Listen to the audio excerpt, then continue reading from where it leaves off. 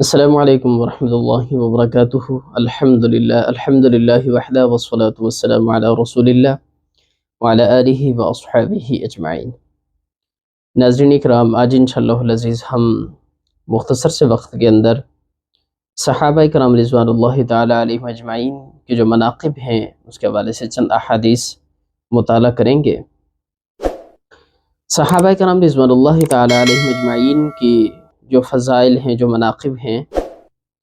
ان کا بیان کرنا اور ان کا جاننا یہ ہمارے لیے لازمی ہے اور ہمارے لیے ضروری ہے، چونکہ اللہ رب العالمین نے آپ صلی اللہ علیہ وسلم کی صحبت کے لیے جن لوگوں کا انتخاب کیا وہ صحابہ کرام رضوان اللہ تعالی علیہم اجمعین ہے، اور وہ انبیاء اور رسل کے بعد سب سے اس دنیا پر، اس کائنات میں سب سے افضل ترین ہستیاں ہیں۔ لہٰذا مجھے اور آپ کو اپنے ایمان کو بڑھانے کے لیے، اپنی روح کا جو ایمان ہے اس کو بڑھانے کے لیے، اس کو پروان چڑھانے کے لیے ہمیں صحابہ کرام رضوان اللہ تعالی علیہم اجمعین کے جو ہمارے لیے رشد اور ہدایت کا مینارہ ہیں، اس کا منبع ہیں، ہمارے لیے ان کی زندگیاں جو ہیں مشعل راہ ہیں، تو لہٰذا ان کے مناقب کیا ہیں، ان کے فضائل کیا ہیں، اللہ کے نبی صلی اللہ علیہ وسلم کی زبان اقدس سے ان کے حوالے سے کیا فضائل اور مناقب کا ذکر کیا گیا، انشاءاللہ العزیز آج ہم جانیں گے، اور یہ انتہائی لازمی ہے۔ سب سے پہلی حدیث متفق علیہ حدیث ہے، بخاری اور مسلم میں یہ روایت ہوئی ہے۔ حضرت ابو سعید خدری رضی اللہ تعالی عنہ فرماتے ہیں، قال النبی صلی اللہ علیہ وسلم، کہ اللہ کے نبی صلی اللہ علیہ وسلم نے فرمایا، لا تسبوا اصحابی فلو ان احدکم انفق مثل احد ذهبا ما بلغ مد احدهم ولا نصیفہ، کہ اللہ کے نبی صلی اللہ علیہ وسلم نے فرمایا کہ میرے صحابہ کو برا مت کہو، لا تسبوا اصحابی، کیونکہ اگر تم میں سے کوئی شخص احد پہاڑ کے برابر سونا خرچ کر ڈالے تو وہ ان میں سے کسی ایک کے مد خرچ کرنے کو پہنچ سکتا ہے اور نہ اس کے نصف مد کو۔ اب دیکھیے، ذرا غور کیجئے کہ اللہ کے نبی صلی اللہ علیہ وسلم نے کیا فرمایا۔ حدیث کا پہلا ٹکڑا کیا ہے؟ لا تسبوا اصحابی، کہ میرے صحابہ کو برا مت کہنا، میرے صحابہ کو برا مت کہو۔ فلو ان احدکم انفق مثل احد ذهبا، اگر تم میں سے کوئی ایک شخص احد کے پہاڑ کے برابر اس کے پاس ہونا ہو اور وہ خرچ کر ڈالے، تو صحابہ اکرام رضوان اللہ تعالی علیہم اجمعین میں سے کسی نے اگر ایک مد یا نصف مد سونا خرچ کر ڈالا ہو تو وہ اس کو ان صحابہ اکرام میں سے کسی ایک کے ثواب کو، اور صحابہ اکرام نے جو اتنا بڑا انفاق کیا اس کو نہیں پہنچ سکتا۔ مد کسے کہتے ہیں؟ مد کہتے ہیں تقریباً 650 گرام کا جو پیمانہ ہے اس کو مد کہتے ہیں، 650 گرام۔ تو اس میں اللہ کے نبی صلی اللہ علیہ وسلم نے یہ مثال دے کر مجھے اور آپ کو سمجھایا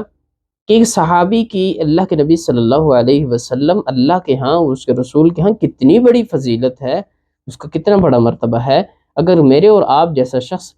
بہت پہاڑ کے برابر سونا خرچ کر ڈالے، اور ایک صحابی وہ کہ جو ایک مد 650 گرام یا پھر نصف مد اگر وہ سونا خرچ کر ڈالے تو ہم ان کے ثواب کو نہیں پہنچ سکتے، اتنا بڑا اللہ رب العالمین نے ان کو فضیلت بخشی ہے۔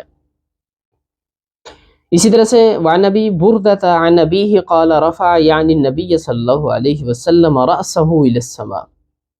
یہ دوسری حدیث ہے کہ ابو بردہ اپنے والد سے روایت کرتے ہیں کہ انہوں نے کہا کہ آپ صلی اللہ علیہ وسلم نے اپنا سر مبارک آسمان کی طرف اٹھایا۔ وَكَانَ كَثِيرًا مِمَّا يَرْفَعُ رَأْسَهُ إِلَى السَّمَاءِ فَقَالَ النُّجُومُ أَمَنَةٌ لِلسَّمَاءِ فَإِذَا ذَهَبَتِ النُّجُومُ أَتَى السَّمَاءَ مَا تُوعَدُ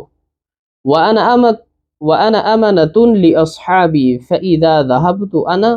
أَتَى أَصْحَابِي مَا يُوعَدُونَ وَأَصْحَابِي أَمَنَةٌ لِأُمَّتِي فَإِذَا ذَهَبَ أَصْحَابِي أَتَى أُمَّتِي مَا يُوعَدُونَ، رواہ مسلم۔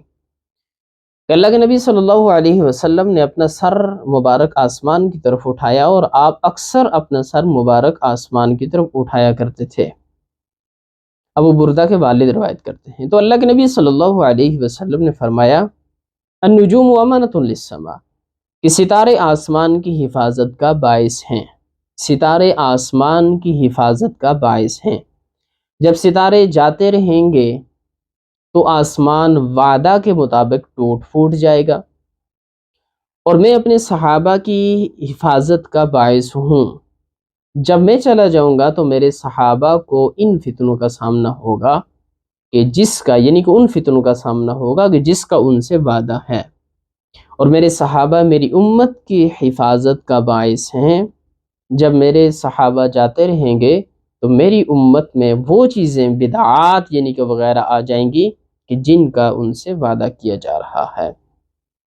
اب اس حدیث میں بھی اللہ کے نبی صلی اللہ علیہ وسلم نے اس مثال کے ذریعے سے مجھے اور آپ کو سمجھایا کہ آسمان پر جب تک ستارے ہیں تو آسمان کی حفاظت ہے۔ ظاہر ہے کہ جب ستارے چلے جائیں گے تو پھر آسمان نے ٹوٹنا ہے، تو مطلب یہ ہوا کہ اللہ کا امر اور فیصلہ آ چکا ہے۔ اور پھر اسی طرح سے اللہ کے نبی صلی اللہ علیہ وسلم فرمایا کہ جب تک میں ہوں تو میں صحابہ کی حفاظت کے لیے ہوں، تو جب میں دنیا سے چلا جاؤں گا تو پھر کیا ہوگا کہ صحابہ کو ان فتنوں کا سامنا ہوگا کہ جن کا ان سے وعدہ ہے، اور پھر میرے صحابہ میری امت کی حفاظت کا باعث ہیں کہ جب میرے صحابہ چلے جائیں گے تو میری امت میں وہ چیزیں آ جائیں گی، یعنی کہ وہ بدعات، وہ خرافات کہ جن کا ان سے وعدہ کیا جا رہا ہے۔ اسی طرح سے متفق علیہ ایک اور حدیث ہے بخاری اور مسلم کی، عن عمران بن حسین قال قال رسول اللہ صلی اللہ علیہ وسلم کہ حضرت عمران بن حسین رضی اللہ تعالیٰ عنہ روایت کرتے ہیں کہ اللہ کے نبی صلی اللہ علیہ وسلم نے فرمایا، خیر امتی قرنی ثم الذین یلونہم ثم الذین یلونہم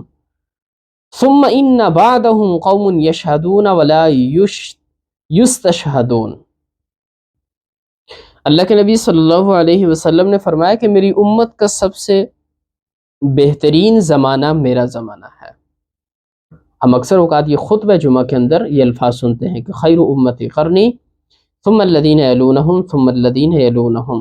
تو آج ان کے معنی کو سمجھتے ہیں کہ ان کا مطلب کیا ہے کہ اللہ کے نبی نے فرمایا کہ خیر امتی قرنی، کہ میری امت کا سب سے بہترین زمانہ قرنی میرا زمانہ ہے، میرا زمانہ۔ ثم الذین یلونہم، پھر ان لوگوں کا کہ جو ان کے بعد آئیں گے ان کا زمانہ، ثم الذین یلونہم، پھر وہ جو ان کے بعد آئیں گے یعنی کہ ان کا زمانہ۔ پھر اللہ کے نبی صلی اللہ علیہ وسلم نے فرمایا کہ ثم ان بعدہم قوم یشہدون ولا یستشہدون، پھر ان کے بعد ایسے لوگ آئیں گے جو گواہی طلب کیے بغیر گواہی دیں گے، وہ خیانت کریں گے، ٹھیک ہے۔ ایسی قوم آئے گی یشہدون ولا یستشہدون، گواہی دیں گے لیکن ان سے گواہی طلب نہیں کی جائے گی، تو تب وہ گواہی دیں گے۔ پھر فرمایا کہ وَيَخُونُونَ وَلَا يُؤْتَمَنُونَ، کہ وہ کیا کریں گے، خیانت کریں گے اور ان پر اعتماد نہیں کیا جائے گا۔ پھر فرمایا کہ وَيَنْظُرُونَ وَلَا يَفُونَ، اور وہ نظر مانیں گے لیکن پوری نہیں کریں گے، نظر مانیں گے لیکن پوری نہیں کریں گے۔ وَيَظْهَرُ فِيهِمُ السِّمَنُ، اور ان میں موٹاپا عام ہو جائے گا۔ اور ایک دوسری پھر میں روایت میں ہے کہ وہ حلف طلب کیے بغیر حلف اٹھائیں گے۔ اب اس حدیث کے اندر بھی اللہ کے نبی صلی اللہ علیہ وسلم نے اپنے صحابہ کی عظمت کا ذکر کیا کہ میرا زمانہ سب سے بہتر زمانہ، پھر اس کے بعد جو صحابہ کا زمانہ، تابعین کا زمانہ، اور پھر اس کے بعد تبع تابعین کا زمانہ۔ تو اللہ کے نبی صلی اللہ علیہ وسلم نے اس میں یعنی کہ اپنے زمانے کی فضیلت کا اگر ذکر کیا تو وہ زمانہ آپ صلی اللہ علیہ وسلم کا زمانہ ہوا، آپ صلی اللہ علیہ وسلم کے اصحاب کا زمانہ ہوا،